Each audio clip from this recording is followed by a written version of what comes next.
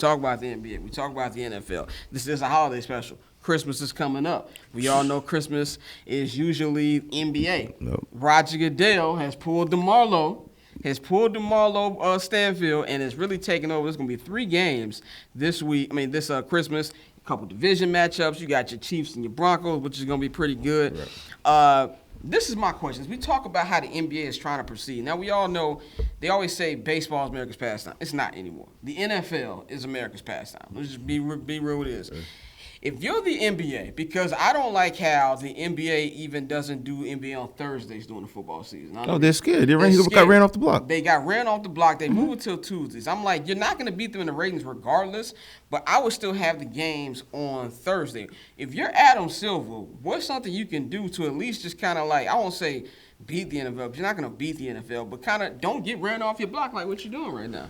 Again, we go back to money being king, right? So I understand why the NBA season is 82 games. But you remember the season that it was, I believe it was 66 games? Yeah, I think it was the 2012. When did it start? I think it started on Christmas Day. Start the NBA season on Christmas.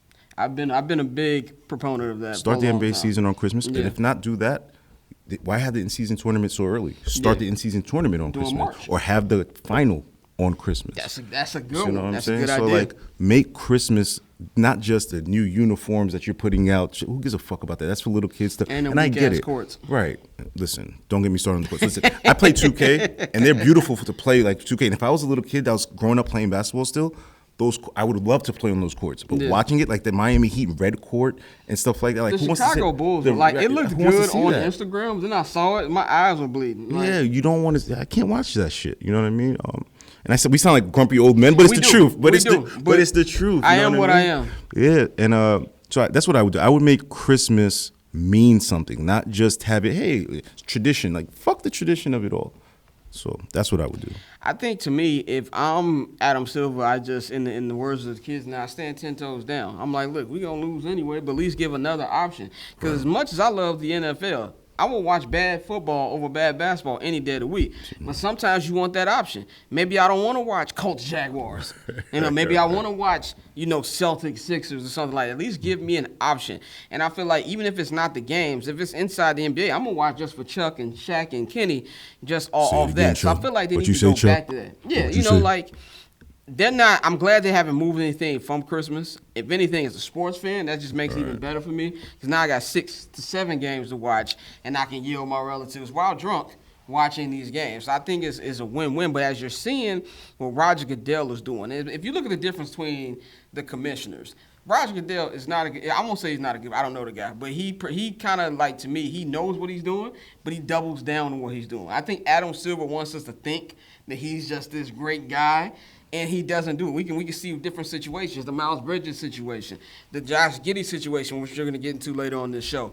The way he handles it, but then deep down, he doesn't really give a fuck. Roger Goodell doesn't give a fuck, and he doubles down on not giving. So if there's anything I can respect from Goodell, it's that. And I feel like if you're the NFL, you know that you're going to try to take over everything now. We have the first Black Friday game, which as bad as it was terrible. It was supposed to be good because we didn't expect Aaron Rodgers to get his knee cut off. But that's going to be something that you can build on. I believe now, as unhealthy as this is, I believe there's going to be football on at least 4 to 5 times a week in about 2 or 3 years. That's, I think, where we're going, and you're going to see that with the CBA and all these other contracts coming in.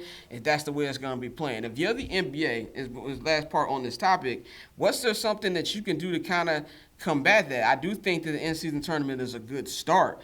Is there anything else you think the NBA should be able to do to kind of like at least just be on the same standing as NFL? When I was a kid, and you should remember this too, on an NBC, like right after the Fresh Prince of Bel-Air or something like that, they used to like debut music videos and stuff like that, right? And I remember, I think it was MC Hammer had one of his videos debut after that, and it was called Pray. And I think that's what, that's what the NBA needs to do. They need to pray just to make it today.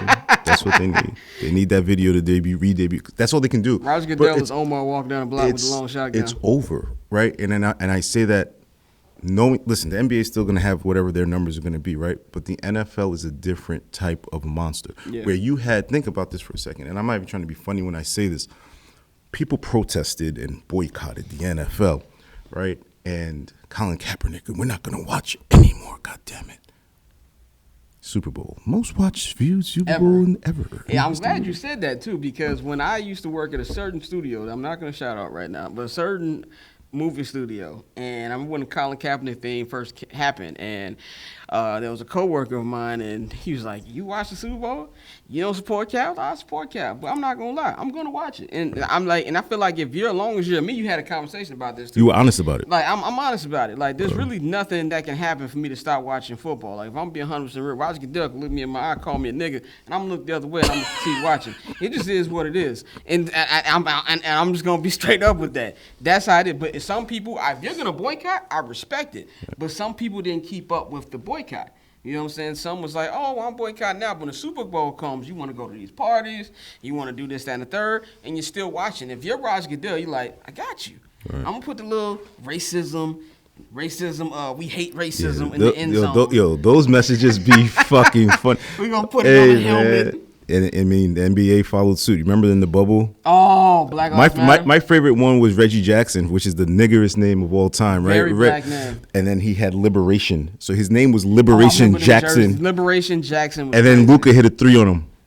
And then these white men are dangerous from Pocahontas. That's exactly what happened when Luka hit that thing.